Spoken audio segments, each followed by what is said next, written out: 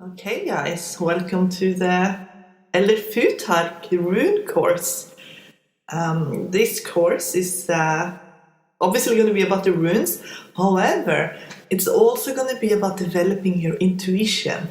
The runes are a tool for divination, as well as self-reflection and even psychology as well.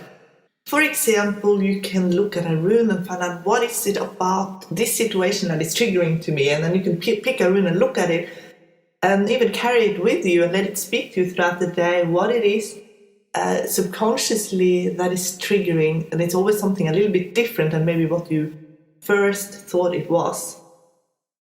Another way you can use the runes is to cast them to look at basically a situation more from a divination point of view. You have to read how they're laying. Then you can bring in the individual runes and kind of see how they interact with each other, and I only read the runes that are facing up. But that is kind of like different each time you cast the runes. So even if you get exactly the same runes in a layout, the way they lay out will be different. So it's not really like reading the tarot when you lay out the Celtic cross or a 3-card layout. This is very different. Also, no one is really a master of the runes, but a student of the runes. So mastering the runes, maybe someone can master them, but I think the only way to really approach the runes is through developing of intuition, so that each time you lay them out, you are really looking into your own intuition, because the runes are not as straightforward as the tarot is. Saying that, I do a lot of oracle mixing, and blending these two oracles together, tarot and runes, is very efficient. They will teach you about each other, so you'll be better at both reading the tarot and the runes. And we're going to talk a little bit about oracle mixing as well. But let's first talk about what the runes actually are. So there are many rune alphabets, but the one we're going to talk about is called the Elder Futark runes. So the Elder Futark runes is letters, it's an alphabet, and it was used by the North Germanic tribes prior to the Roman alphabet. So the runes, the mentioning of the runes were first discovered in the Poetic Edda. And the Poetic Edda is really the Codex Regius for Norse mythology. These were stories that were told in oral form until the Roman alphabet were, introduced, and then the Poetic Edda were written down, but it was not written down using the runic alphabet, it was written down using the Roman alphabet. So the Elder Futark is an old alphabet. It's hard to tell how far back the runes actually go. They were mentioned in written form in the Poetic Edda from the 13th century. The earliest archaeological discovery of runic letters is the Vimos cone in Denmark from the 2nd century. So the runes, they are a writing system. So the Elder Futark is a writing system, not a language. Like I said, there are many runic alphabets, but we're going to focus on the Elder Futark here. And in the Poetic Edda, in Håvamål, one of the poems, is a wisdom of Odin. You will learn about how Odin gained mastery of the runes, and also probably why it's going to be very hard to actually master the runes. If Odin is a master of the runes, and he more or less committed suicide to gain the wisdom of the runes, we're not going to go to those extremes, but we're going to be students of the runes. How are we going to learn the runes? The runes that we're going to learn is the Elder Futark, there's 24 of them. And how are we going to become students of the runes? And even maybe some of you even might become masters, because you could develop your intuition to such a level that you will become masters, and it will be really easy for you to do. And maybe some of you even will reach art history level. So we're going to learn about the runes a few at a time. So we're going to practice reading with 3, 4, 5 at a time, 8 at a time, and then we're going to add as we're going until we can cast with all the 24 runes. But to build up to that, we're going to narrow it down a little bit. So let's have a little bit of a talk about Norse mythology. We know that the runes were mentioned in the Poetic Edda, which is the Codex Regius really of the Old Norse gods. So you can understand a little bit about the wisdom of the runes, but we can also read old rune poems, and there's 3 of them. And adding a link to that as well. So the wisdom in the runes can be understood by reading about the Old Norse gods. And in the first poem, Völuspá, which is really the prophecy of the seer, we get an insight into the beginning of creation from the perspective of Norse mythology. In Völuspá, Odin, he has summoned a seer who tells him about the beginning and the end. So Odin really, he knows too much for him to have any kind of inner peace and tranquility. He knows too much. He knows what's going to happen to him. And it does him no good knowing this. So he's kind of a nervous character in Norse mythology in that sense. He tries to change his future. He tries to change his destiny. And in Norse mythology, the gods are not innocent. They're not perfect either, and they're not immortal. So some of them will perish in Ragnarok, which is the Norse apocalypse. And Odin knows that he's one of the gods that will perish in Ragnarok, and therefore he wants to change this. So he's basically gathering warriors, the bravest warriors. And so in the old Viking age, if you died in battle, you would be able to go to Valhalla, and you would be with Odin until Ragnarok. So he's gathering all these warriors so that he can perhaps change his outcome when Ragnarok happens. So from a Viking perspective, that was an honorable thing to do, because for the dead in Norse mythology, unless you ended up in Valhalla, you really just went to this place called Hell. And it's not Hell as in the Christian Hell. Hell is like an underworld that is not even that unpleasant. It's more of an underworld where dead people went, no matter if they were good or bad. They would go to this place.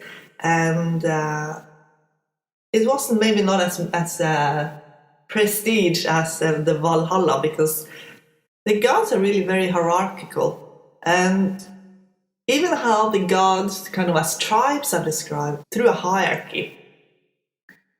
So when you read Norse mythology, you would learn about the Aesir gods, you would learn about the Vanir gods, but what the exact difference between them is not clear, other than that the Aesir god has a higher status, and therefore they seem to be more, I don't know, maybe a little bit more sophisticated in some ways. But for a Viking back in the days, they thought, being with Odin, the highest god, that they believed in, and Valhalla, that where Odin lives, that is better than going to this cold underworld where everybody goes. There's no prestige in that. So they'd rather die in battle. Then also with Ragnarok, the stories about Ragnarok, what would happen and what would create Ragnarok. So it's kind of like an apocalypse, everything goes bad, like everything has fallen, kind of morale has fallen especially. The lesson of Ragnarok really is for everyone to reflect on. But in the Poetic Edda, it says that a new world will arise from the one that, perished, burnt down more or less. And this new world is called Gimle, and it is a beautiful place where the wheat grows without having to be sown. It's a wonderful place. It's described very much like a utopia. After Ragnarok, some of the gods, they do come back. Baldur, Odin's son, is one of them. So Baldur is basically the best and the goodest of all the gods, and he among some others are reborn in. Good is reborn in this beautiful utopia of Gimle. Good has been reborn again. But so is evil. So evil as well has been reborn. So It's a warning that even in the best of times, we must be aware of evil lurking so we can protect ourselves. So let's talk a little bit about Yggdrasil.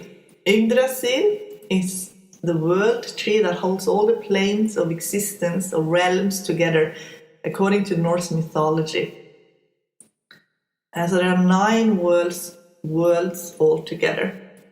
And in the beginning, it was only the home of fire, Muspelheim, and the home of ice, Niflheim. And the elemental ice and elemental fire moved closer and closer together. They moved together until the ice began to melt. And out of the melted ice, out of the drops, the first being was born, Ymir. And Ymir was a giant. They call them giants, but it's maybe not the best description for this being, because it's more about someone who's a consumer. It's the name is Jotun, and it means someone who's like a consumer. And it's not really clear how they're different from the gods, but again, it has something to do with a hierarchy. Ymir was a hermaphrodite, and he reproduced asexually and at a very rapid speed. And the Jotun race were born from Ymir, and he was basically reproducing while he was sleeping. And from the ice also emerged a cow called Audmula. And Audmula, she nurtured Ymir with her milk. And she nurtured herself by licking away at the ice, and out of the ice the first god was born, Buri, and he is Odin's grandfather. And Odin had 2 brothers. So Odin and his brothers, they killed Ymir, and the blood of Ymir killed all but one of the Jotuns. And they took the corpse of Ymir and threw him into a void, a black void, called the Ginnungagap. And out of this corpse they created our earth. And Odin also created humans and gave soul to humans. So in Old Norse, Odin really was their highest god. And it shows how mighty the Vikings believed Odin to be. And the 9 worlds are as following. The highest one is Asgard, and it is the gods of the Aesir that live there. And Odin is the king of the gods, and he lives in Valhalla, and he's an Aesir god. So is Thor, Heimdall, and Tyr as well. Then you have the Vanir gods, and they live in Vanaheim. They are a bit mysterious. Perhaps they are more fertility gods, and they are also very connected to nature. The world of light elves is Alfheim. The world of the dark elves or dwarfs is Svartalfheim. The world of the Jotuns is Jotunheim. The world of humans is Midgard. The world of elemental fire is Muspelheim. The world of ice is Niflheim, and the world of the dead is Hell. So that's the 9 worlds according to Norse mythology, and it's interesting to see what the difference is between the gods, Aesir gods and Vanir gods, because it's not really clear what the difference is. It's not really even that clear what the difference between a god and a Jotun is, because they're not different species. It's more to do with class. And the gods were considered higher class than Jotuns. And as a godly tribe, the Aesir gods were the highest ones. And the Aesir gods and the Vanir gods, they do interact with Jotuns. So the first god was called Buri, and Buri had a son called Bor, who with Bestla had Odin. It's just that Bestla is a Jotun, so Odin is 50% Jotun. And Odin had Thor with a Jotun called Fjörgyn. So then Thor is 75% Jotun. Thor's purpose was to protect Midgard, the earth where humans live, from the Jotuns. And without Thor, we would perish. So Thor, who is partly Jotun, or more Jotun than anything else, protects us from Jotuns. And he also protects Asgard from the Jotuns. So without Thor and his hammer, Mjolnir, he has a magical hammer, we're going to talk about that a little bit as well later, under the Fehu rune. There really is no protection for humans, and the Jotuns would destroy us. But then again, the gods do interact with the Jotuns, and many of the gods are part Jotuns. And then there's a few misconceptions due to Marvel. So Thor and Loki are not brothers. Thor is Odin's son, but Frigga is not Thor's mother. Loki and Odin are not related either. Loki is not Odin's son, but in the Norse mythology, they do describe how Odin really takes to Loki because he thinks Loki is really funny and witty and smart, so they become blood brothers. Loki marries a Jotun called Angrboda, and he has 3 children.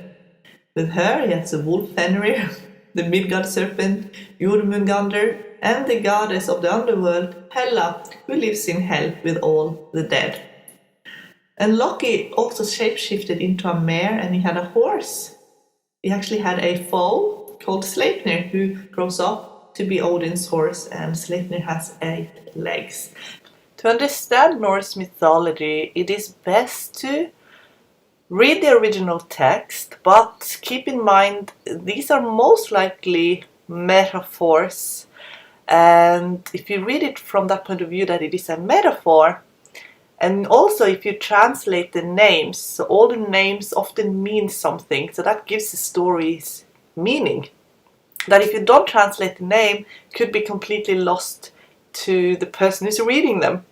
So while we go through the individual runes, we want to talk a lot about more the symbolism, the metaphors, and the deeper meaning of these stories and how they connect to the runes.